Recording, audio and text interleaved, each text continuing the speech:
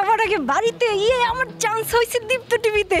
তুমি দীপ্ত স্টার হয়ে গেলা, তাদের কি বলবা বলো? তখন তো আমার কিছু বলতেই হবে না, কারণ তখন তারা আমাকে টিভিতে দেখবে। আপনার আলনা ভর্তি শাড়ি, আর আপনি এত মিথ্যা কথা বলতেছেন কিভাবে? আমি কিন্তু ভাইয়ার কাছে বিচার দিব, তাড়াতাড়ি আপনি একটা শাড়ি বার করে দেন। ধরো আজকে তুমি এই রাউন্ড টিকে গেলে, এই রাউন্ড শুধু টিকলে না, তুমি একে একে করে সব ধাপ পার করে ফেলে তুমি দীপ্ত স্টারই হয়ে গেলে, কি করবা? কি রিয়াকশন থাকবে তোমার? তখন আমার সবার আগে বাড়িতে আমার চান্স হয়েছে দীপ্ত টিভিতে। ওকে, তো তুমি যেটা বললা যে দীপ্ত স্টার হয়ে গেলে সবার আগে বাসায় কল দিবা, সো সবার আগে তাদের জানাবা। মাঝে মাঝে এরকম হয় না যে ধরো তোমার ফ্যামিলি মেম্বাররা তো সাপোর্ট করে, কিন্তু এমন হয় না যে ফ্যামিলির পরেই মানে রিলেটিভরা যারা আছে তারা অনেক মাঝে মাঝে খুব প্যারা দেয়, মামারা চাচারা ওর অনেকেই দেখা যায় যে কেন অ্যাক্টিং করে, কেন মেয়ে ঢাকা শহরে গিয়ে অ্যাক্টিং করছে, এগুলো অনেক খুব পেইন দেয়, অনেক বকাঝকা করে। এরকম কখনো হয়েছে রিলেটিভরা এমন করে? অনেক। ফার্স্ট টাইম আমি যখন কাজ শুরু করি তখন আমাকে মানে এত বাজে বাজে কথা শুনাইছি যে তুই এইসব কী কাজ করতেছস, আমাদের তো মান সম্মান নাই, তোর জন্য কেউ মুখ দেখাইতে পারে না, কী সব কাজ করস, এইসব বাদ দিয়ে দে, ভালো হয়ে যা, মানে অনেক কথা। কেমনভাবে ডিল করতা?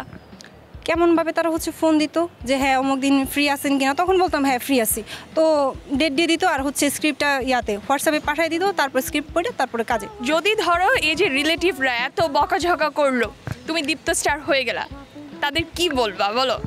তখন তো আমার কিছু বলতেই হবে না, কারণ তখন তারা আমাকে টিভিতে দেখবে, দেখার পরে তারা এসে বলবে আরে ও তো আমাদের এলাকার ছিল, মেয়ে ছিল, ও আমার অমুক লাগে তমুক লাগে, এইসব বলবে। তখন আমার বলার কোনো প্রয়োজনই নেই। তখন ঠিকই যে আমার অমুক লাগে তমুক লাগে। ওকে, আসলে রেজাল্টই কথা বলে, আর কোনো অ্যান্সার করা লাগে না, তাই না? আমি এর জন্য কাউকে কিচ্ছু বলি না, আমি আচ্ছা ঠিক আছে আমি করতে থাকি, মানে ওরা বলবে দেখে কি আমি থেমে যাব? আমি আমার মতো আছি, তারপর যখন ভালো একটা প্ল্যাটফর্মে যেতে পারবো তখন হচ্ছে ওটা তাদের মুখের উপর জবাব হয়ে যাবে। সো তোমার সাথে এখন আমরা একটা গেম খেলবো, গেমটা হচ্ছে ট্রুথ অর ডেয়ার। সো কোনটা নিবা, truth or dare? Dare. Dare, খুব ডেয়ারিং। ওকে, অ্যাক্টিং তো করো, এটা শুরু থেকে বলছো, সো আজকে তোমার অ্যাক্টিংয়ের স্কিলস দেখবো।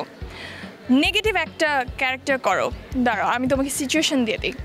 তুমি সেই ননদ যে ভাবিকে জ্বালা একদম তেজপাতা বানায় দেয়, খাবারে পারলে বিষও মিশায় দেয়, ইঁদুর মারে বিষও অল্প অল্প করে মিশায় দেয়, এরকম টাইপের একদম দজ্জাল যে ননদগুলো থাকে না, ওরকম ননদ।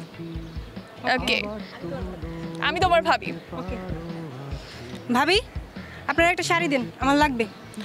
আমার তো শাড়ি নাই, তোমাকে তো বাকি সব শাড়ি আমি দিয়ে দিয়েছি। আপনার আলনা ভর্তি শাড়ি, আর আপনি এত মিথ্যা কথা বলতেছেন কিভাবে? আমি কিন্তু ভাইয়ার কাছে বিচার দিব, তাড়াতাড়ি আপনি একটা শাড়ি বার করে দেন। ওগুলো তো আমার শাড়ি না, আমার বাপের বাড়ি থেকে আমাকে দিয়েছে কয়েকদিনের জন্য রাখার জন্য, আমি আবার আমার বোনকে দিয়ে দিব, ওগুলো তো আমার বোনের। এত বড় কথা? দাঁড়ান আমি এখনই মারে ডাক দিতেছি। মা, মা। শাশুড়িকে ডাকবেন না, মাকে ডাকবেন না প্লিজ। আপনি কোন শাড়িগুলো নষ্ট করেন না যা। আচ্ছা ঠিক আছে, এখনই আমাকে একটা বের করে দেন। কোনটা নেবেন বলেন?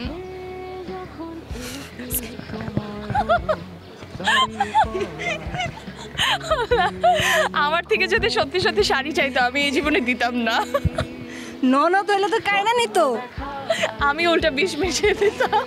Thank you so much. I hope এরকম অ্যাক্টিং স্কিল দিয়ে তুমি অডিশন রাউন্ডটা পার করে ফেলবে, আর দীপ্ত স্টার হওয়ার যে ধাপগুলো আছে একে একে পার করে দীপ্ত স্টারও হয়তো বা হয়ে যাবে। Hope for the best, best of luck. Thank you. Audition round দেখুন 15 ও 16 ফেব্রুয়ারি রাত 10টায় এবং 21 ফেব্রুয়ারি থেকে প্রতি শুক্র ও শনিবার রাত 10টায় দীপ্ত টিভি এবং দীপ্ত টিভির ডিজিটাল প্ল্যাটফর্মে।